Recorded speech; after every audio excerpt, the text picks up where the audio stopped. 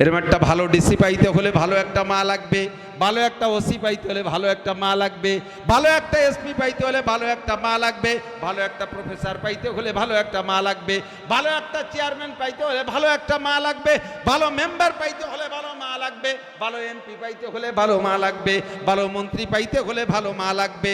মা হলো ডাইস, মা হলো সাজ, সাজ যেমন হবে পিঠা তেমন হবে, ডাইস যেমন হবে প্রোডাক্ট তেমন হবে। কথা বলুন ঠিক কি ঠিক না? এই জন্য বলেন ফাসপার বিজাতির দিন, ধলা চামড়া দেখা এ যুবকরা ধলা চামড়া দেখে লাভ দে পড়িস না, ধলা চামড়া দেখে লাভ দে পড়িস না, ফাসপার বিজাতির দিন। খলিফাতুল মুসলিমিন এমন করে পর্যবেক্ষণ করেন, হিকায়াতে সাহাবার মধ্যে পড়েছেন, আপনারা শুনেছেন ওলামাই কেরামের কাছ থেকে।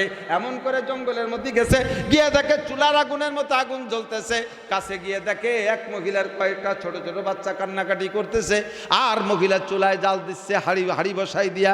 দূর থেকে জিজ্ঞেস করে, হ্যাঁ মহিলা তুমি চুলায় কি করো আর বাচ্চারা কাঁদে?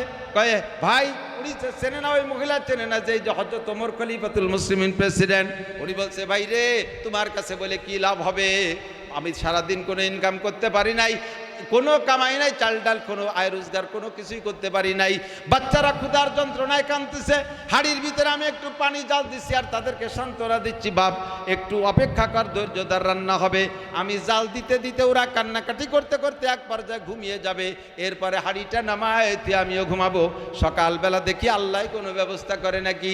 খলিফাতুল মুসলিমিন খবর পাইয়া কানতে কানতে কয় তুমি অপেক্ষা করো আমি আসি। সঙ্গে সঙ্গে চলে গেছে বাইতুল মালে, বাইতুল মালে গোডাউনে যাইয়া গোলাম সাথে আছে, বস্তা ভরছে সব খাবার দিয়ে, খেজুর দিয়ে ময়দা দিয়ে চর্বি টর্বি দিয়ে বস্তা বইরা। এবার গোলাম রেখা, গোলাম আমার মাথায় উঠে দে, 2,40,00,000 বর্গ মাইল আয়তনের দেশের প্রেসিডেন্ট কয় বস্তাটা আমার মাথায় উঠে দে। গোলাম রে কয়, গোলাম কয় খলিফাতুল মুসলিমিন আমার অনুপস্থিতিতে আপনি বস্তা 10টা বয়ে বেড়ানকে তাতে আমার কিছু আসে যায় না, কিন্তু আমি উপস্থিত থাকতে আমি 2 বস্তা আপনার মাথায় উঠে দেব। আমি হলো আপনার গোলাম, আপনি পায়খানা করলে এটা আমার সাফ করা আমার জন্য ওয়াজিব, আর আমি আপনার সেই বস্তা আপনার মাথায় এটা হতে পারে না, আমার মাথায় দেন। হযরত ওমর কয় গোলাম রে কিয়ামতের ময়দানে তুই জবাবদিহি তার মোকাবেলা করতে হবে না তোকে, আমাকে জবাব দেওয়া লাগবে। আমার রাষ্ট্রের ভিতরে আমার খেলাফত চলাকালে রাস্তার পাশে একটা কুকুর যদি না খেয়ে মারা যায়, এর আমাকে জবাব দেওয়া লাগবে, তোকে জবাব দেওয়া লাগবে না। এই লোক এই জায়গা খাবার পৌঁছানোর দায়িত্ব আমার তোর না। যদি তুই বলিস যে কিয়ামতে আমার সব গুনার বোঝা তুই বহন করবি, এই সব প্রশ্নের জবাব তুই দিতে পারবি, তাহলে বস্তা তুই ব। তোমারে চা খাওয়ায় তুমি মনে করো তোমার নিজের টাকার চাইতে হালাল টাকা দিয়ে খাওয়াইছে, এরকম অফিসার আছে না নাই? আছে না নাই? উনি বললেন আমি এক এসপির কাছে গেছি, এসপি স্যারের সাথে, এসপি স্যারের সাথে ডিউটিতে গেছি। উনি এসপি স্যার গেছে থানায়, থানায় যাওয়ার পরে এসপি সাহেবরে ওসি সাহেব চা খাওয়াইতে গেছে, কোনো মতো খাইল না। এরপরে বললেন যে শুধু আইস খাই না তা না, আমি কখনো চা খাই না, কারণ যদি চা খাওয়ার অভ্যাস থাকে তাহলে কেউ খাইতে গেলে না খাওয়া যাবে, চা খাই না এ কথাটা বললে মিথ্যে হয়ে যাবে। যদি স্থায়ীভাবে না খাই তাহলে কেনটা খাওয়া লাগলো না বললে চলে যাবে, চা খাই না। ওসির চা এসপি সাহেব খায় না, অথচ এসপি লোকটা দেখতে মনে হবে জন্য একজন হিন্দুর মতো।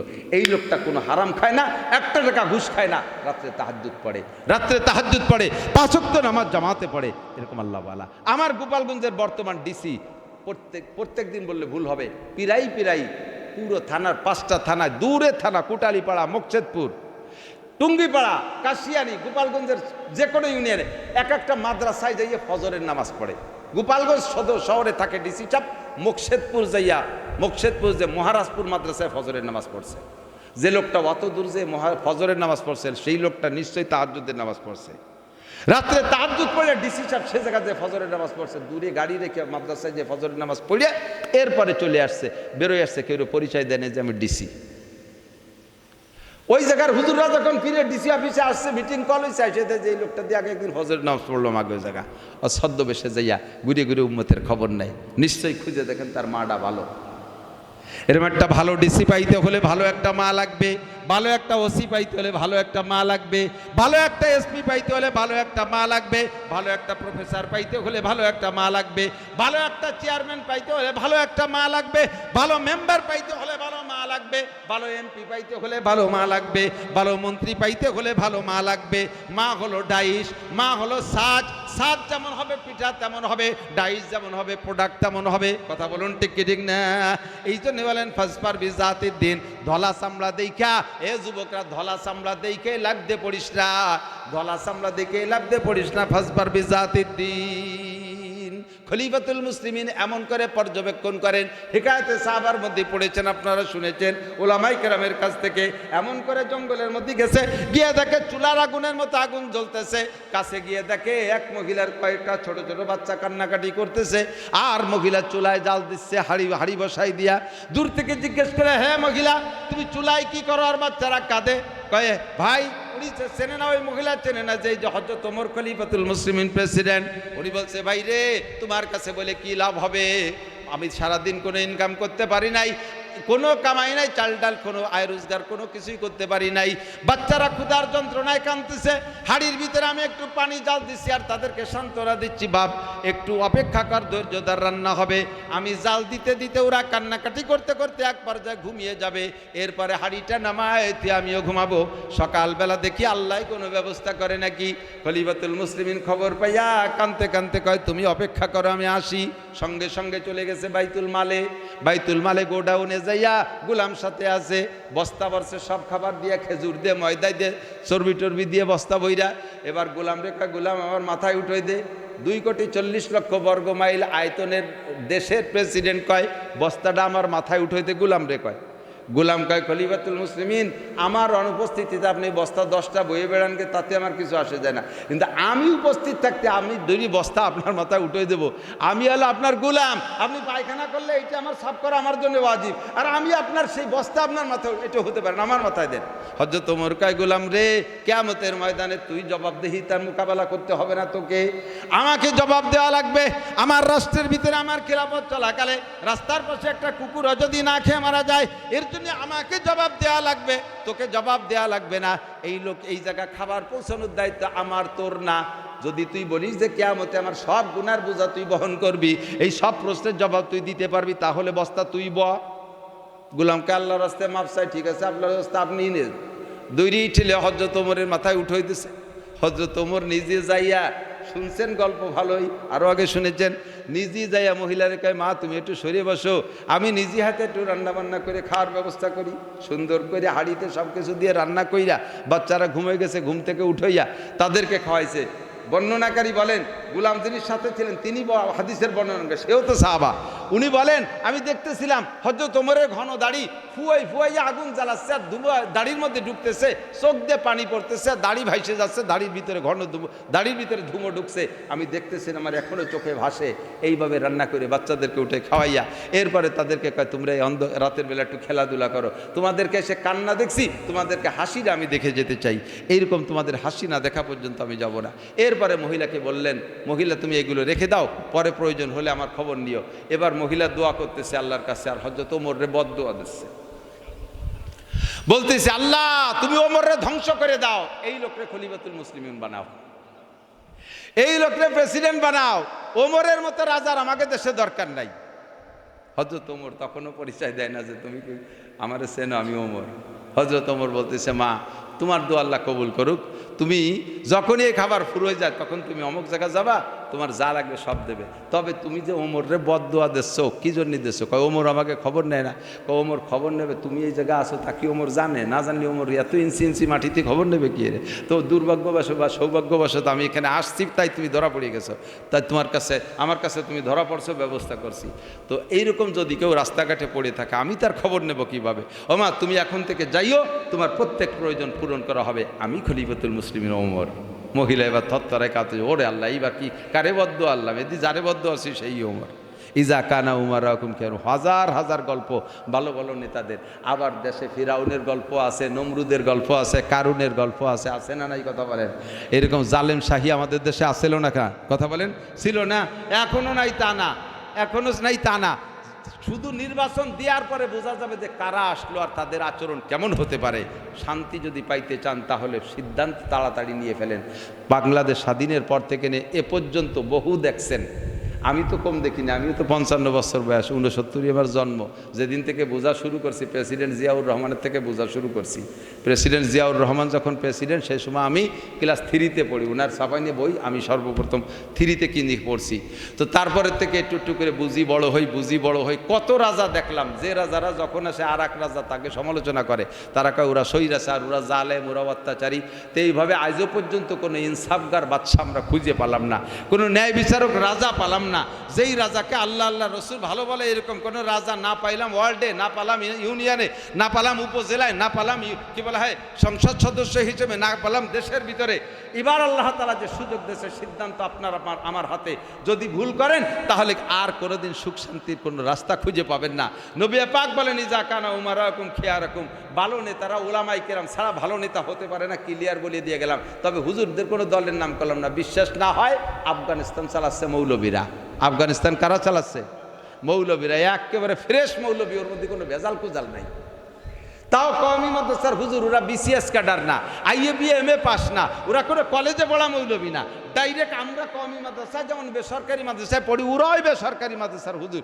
এই বেসরকারি মাদ্রাসার কয় হুজুর দেখেন পাগড়ি বেঁধে এমন মডেল দেশ সাজাইছে, এখন যাদের বিপক্ষে যুদ্ধ করে 42 বছর যুদ্ধ করে তাদেরকে তাড়াই দিছে, সবাই এখন আফগানিস্তানের কাছে মুনাজাত পেতে বসে রয়েছে।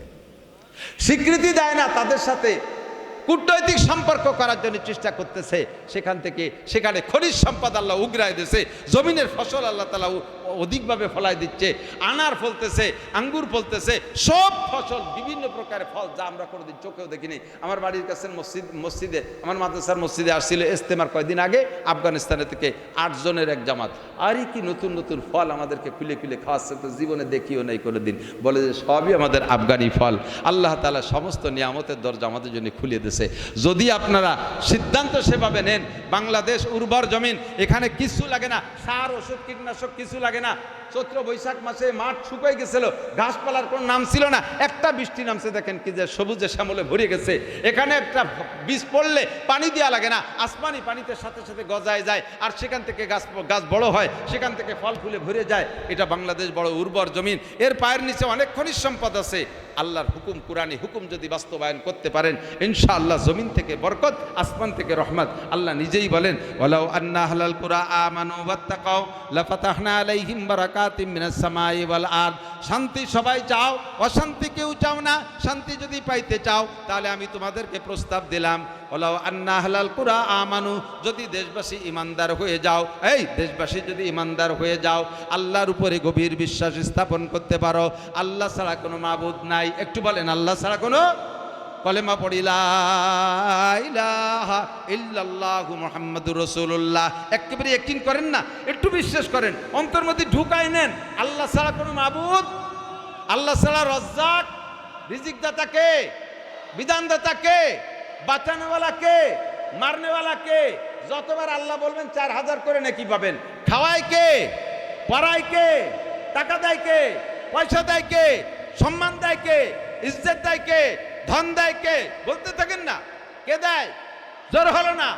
ডক্টর ইউনূস, শেখ হাসিনা, খালেদা জিয়া, এরশাদ, জিয়া, বঙ্গবন্ধু, কেউ দেয় না, সব কিছু দেয় কে? একিন তৈরি করেন, দেয় কি দেয় না একটু আল্লাহরে ট্রাই করেন। আল্লাহর একটু ট্রাই করেন, একটাবার আল্লাহর ট্রাই করেন। দিয়ে আল্লাহ ফেল করলি বার আগামীবার আল্লাহরে ভোট দেবো না। মাত্র 40 দিন অনলি। এদিক তাকান, ডক্টর ইউনূস তো দৌড়ে বেড়াচ্ছে আমাদের শান্তি দেওয়ার জন্য। কোনো কাম হবে না, কোনো কাম হবে না, যতই প্রশংসা করে না করেন। বহুত জনের শান্তির বুলি আওড়া গেছে, কেউ দিতে পারে না, পারবেও না, যতক্ষণ পর্যন্ত আসমানি সিদ্ধান্তের সাথে একমত হতে না পারবে, কোরআনের সংবিধানের সাথে একমত হতে না পারবে। আমি 40 দিনের জন্য একটা কন্ট্রাক্ট ওনাদেরকে দিচ্ছি, মাত্র 40 দিন। যেই থাকবে রাষ্ট্র ক্ষমতা, ডক্টর ইউনূস হোক আর বিএনপির কোনো নেতা হোক আর আওয়ামী লীগের নেতা হোক, 40 দিনের একটা কন্ট্রাক্ট আমার সাথে নিয়ে নেন। যদি 40 দিনের ভিতরে বাংলাদেশের চেহারা পরিবর্তন না হয়, জীবনে কোনদিন মাঠে ওয়াজ করবো না। বোঝেন নাই আমি কি কইছি? বোঝেন নাই কি কইছি? 40 দিনের একটা কন্ট্রাক্টে আসেন। কি 40 দিন? 40টা দিন বাংলাদেশের সমস্ত পার্কগুলো, যত ভ্রমণ কেন্দ্র আছে, যত বিনোদন কেন্দ্র আছে, যত পর্যটন কেন্দ্র আছে, এই সমস্ত জায়গায় যে আকামগুলো চলতেছে জোড়ায় জোড়ায় বসে, ওই জায়গাটারে সাফ করে দেন, বাড়ইয়ে নামাই দেন। দুই বসে বসে তসবি টিপতেছে, আল্লাহ বিল্লাহ দিতেছে। সমুদ্র সৈকত জ্বালায় দিছে, করম জল যাইয়ে দেখেন কি হচ্ছে। এরকম হাজারো জায়গা আছে খালি করম জল। প্রত্যেকটা পার্ক, প্রত্যেকটা বিনোদন কেন্দ্র, এগুলোকে পরিষ্কার করেন, বেপর্দাকে দূর করেন, সব গার্মেন্টস গুলো ভাগ করে দেন। নারীদের গার্মেন্টস আলাদা, চাকরি করতে নিষেধ করতেছি না, নারীদের গার্মেন্টস আলাদা, পুরুষের গার্মেন্টস আলাদা, 40 দিনের জন্য। এরপরে আবার জায়গায় চলে যেন, দরকার হয় আল্লাহর একটু ট্রাই করে নেন, যদি আল্লাহ পাস করে তাহলে জায়গায় থাকেন, নালিবারা যা করতেছিলেন তাই করেন। যা আল্লাহ ফেল করছে আমি আর আল্লাহর কথা মানবো না। 40 দিন বাংলাদেশের সমস্ত সাবালেক নারী আর পুরুষকে বাধ্যতামূলক নামাজি বানায় দেন, মার্কেট থেকে বেপরদা মহিলাদেরকে তাড়ায় দেন, স্কুল, হাই স্কুল, কলেজ, বিশ্ববিদ্যালয়ের ভিতরে নারী আর পুরুষ ভাগ করে দেন। পুরুষদের পুরুষরা পড়বে, নারীদেরটা নারীরা পড়বে। কমপক্ষে আপাতত নারী পুরুষ যদি ভাগ নাও করতে পারেন, কমপক্ষে 100 ভাগ পর্দার সাথে বোরকা পরায় দেন মেয়েদেরকে, বেঞ্চ আলাদা করে দেন, ঘোরাফেরা বন্ধ করায় দেন। 40 দিন বাংলাদেশের সমস্ত সাবালেক নারী আর পুরুষকে বাধ্যতামূলক নামাজ পড়ান, পর্দা করান, আর নেতাদের কলমবাজিটা বাদ দেন। আমরা মনে করতেছি নেতারা চলে গেছে, অফিসাররা ঘুষ খা বন্ধ আছে। আরে মিয়া যাইয়ে দেখেন অফিসের ভিতরে আরো কায়দা মতো সুযোগ পাইছে, অফিসাররা কায়দা মতো সুযোগ পাইছে। আগে তো ঘুষ খাইলে আর এক নেতা ফোন দিলি পরে থামি যেত, এখন ফোন দিয়ে আর কেউ নাই, সাফ করে দিচ্ছে খাইয়ে। এটা বন্ধ করে দেন। 40 দিনের একটা কন্ট্যাক্ট নেন আমার থেকে। যদি পরিবর্তন না হয়, আসমান থেকে রহমত, জমিন থেকে বরকতের পার্থক্য যদি না দেখেন, আমি খোদার কসম দিয়ে বললাম জীবনে আর কোরআনের বয়ান মাঠে করব না। আমি এত বড় চ্যালেঞ্জ কেন করলাম? আল্লাহ কোরআনে বলছেন লাফাতাহনা, লামে তাকিদ, লাফাতাহনা আলাইহিম বারাকাতিম মিনাস সামাই ওয়াল আরদ। এবং প্রত্যেক 40-এর ভিতরে একটা পরিবর্তন আছে, 40-এর ভিতরে একটা পরিবর্তন আছে, যার কারণে তবলিগের কার্যক্রম 40 চিল্লের দ্বারা হয়। 40 দিনে একটা চিল্লা, 240-এ 2 চিল্লা, 340-এ 3 চিল্লা। মায়ের পেটে সন্তানেরও পরিবর্তন হয় প্রত্যেক 40 দিনে দিনে। 40 দিনে প্রথম বীর্য থেকে রক্তে পিণ্ডলিতে তৈরি হয়, দ্বিতীয় 40-এ সেটা মাংস হয়, তৃতীয় 40-এ সেটা মানুষের রূপ ধারণ করে। প্রত্যেক চিল্লায় চিল্লায় পরিবর্তন হয়ে যায়। কাজে আমি প্রথম চিল্লা, এক চিল্লা, এই কন্ট্যাক্টটা কোনো সরকার নিক, দেখবেন যে শান্তি পাবেন, তাই ছাড়া শান্তি নাই। আল্লাহ রসুল তাই কয়, ইজা কানা উমারাকুম খিয়ারাকুম, 1 নম্বরে নেতারা হবে ভালো। আর আল্লাহ কয় যদি তুমি ইমানদার হও, ওয়াত্তাকাও, আমারে ভয় পাও, লাফাতাহনা আলাইহিম বারাকাতিম মিনাস সামাই ওয়াল আরদ। আরে ভাই, আসমান জমিন থেকে বরকতের দরজা খুলে দেওয়ার চাবি কার হাতে? বলেন না কার হাতে?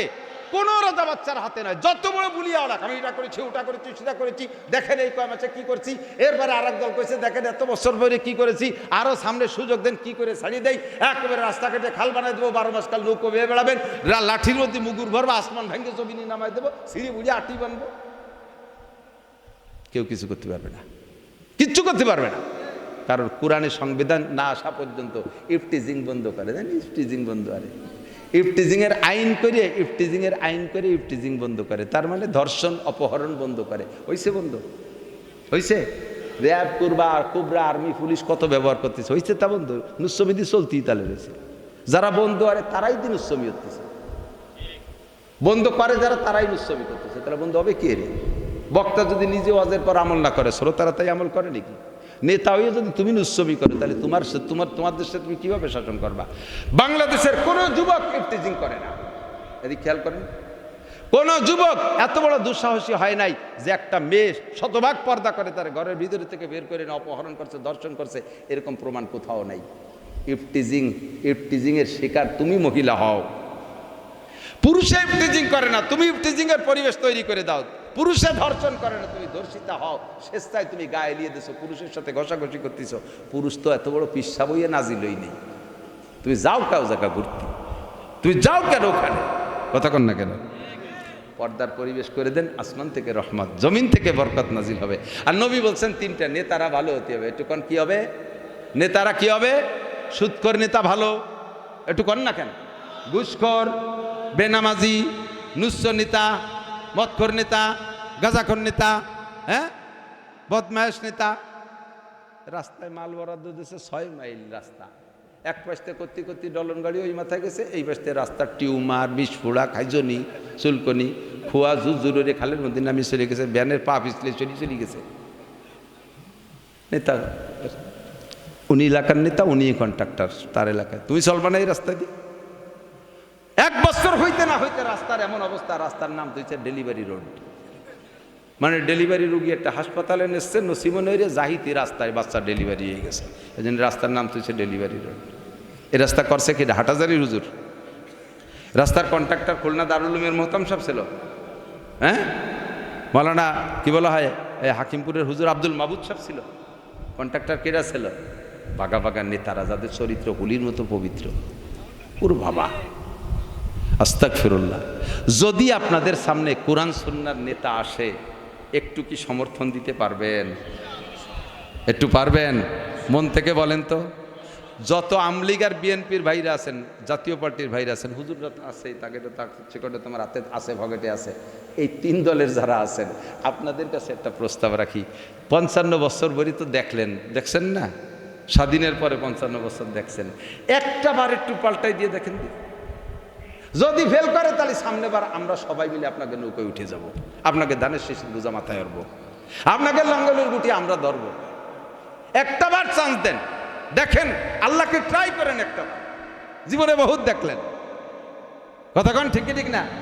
তাহলে জমিনের উপরে শান্তি চান কারা, তারা কি একটু হাত জাগাবেন মেহরবানি করে? যারা শান্তি চান অবশ্যই তারা কোরআনের সংবিধান মানতে বাধ্য থাকবেন। ঠিক আছে ইনশাআল্লাহ? থাকবেন তো ইনশাআল্লাহ? আল্লাহ কবুল করুন।